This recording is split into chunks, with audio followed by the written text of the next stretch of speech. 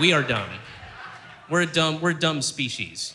We're so dumb. Mankind didn't even invent the sandwich until the 18th century. That's how dumb we are as a species. I mean, literally thousands of years of people going, there's got to be a better way, you know. So because I don't believe in hell, but anyway, yes, I'm saying it's a great idea, a great concept, and I wish, you know, I just can't believe in it because, you know, I'm not a child. So I want to tell these things to my daughter, but I can't just tell her all the things that I believe and I know, because, I mean, that's borderline child abuse. You can't say that to a little kid. I'm not going to be able to sit her down when she's like 4 years old and go, all right, honey, come on, let's go get something to eat, and then we'll go to the playground and we'll go on the swings. And you know what? You're 4 years old. I think you're old enough to know this. Honey, you were born to a deeply and shamefully racist country, acquired through genocide and built by slave labor. Its apocryphal history, a crumbling muddle of lies and deceits. And sweetheart, this profoundly shallow society you are now a part of is fueled by crass consumerism and narcissism and petty tribalism, and it worships money and status and places the appearance of being right above basic human dignity. And Peanut, your leaders are duplicitous hypocrites who cynically use religion and nationalism to easily manipulate ignorant and fearful. Here comes the airplane.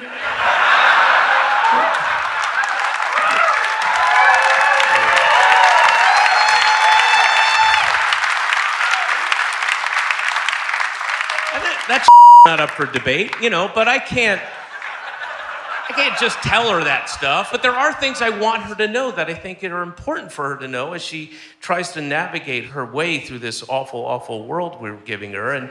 And there are certain things I think would be helpful for her. So what I do is, at night, when she's sleeping, I quietly go into her bedroom and I click on the little white noise machine that replicates the sound of the human heart, you know? And then I tell her these things. I whisper. So I go,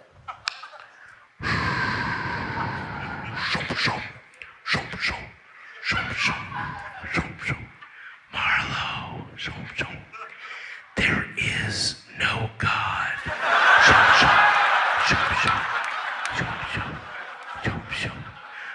Bernie would have won.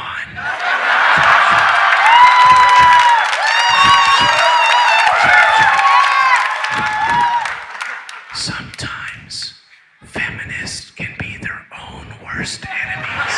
Yeah, things are important that will be helpful for her as she goes through this life, especially if she's going to be raised in part by my wife and I. My wife is a staunch, very vocal feminist, meaning she won't shut the about it.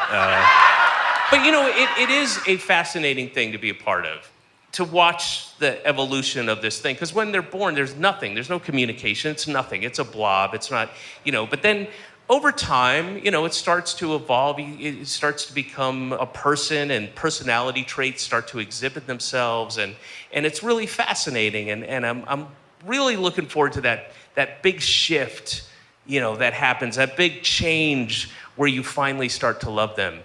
And that's... Well, hurry up with that part, please.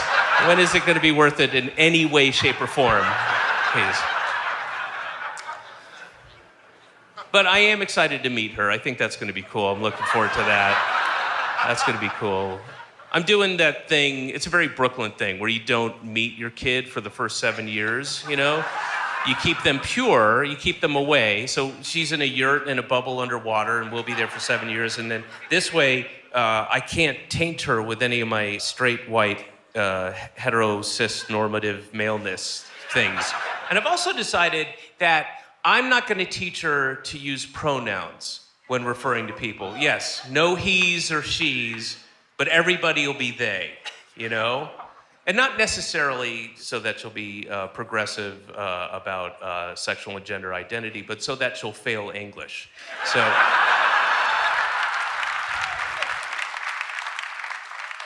that not up for debate, you know, but I can't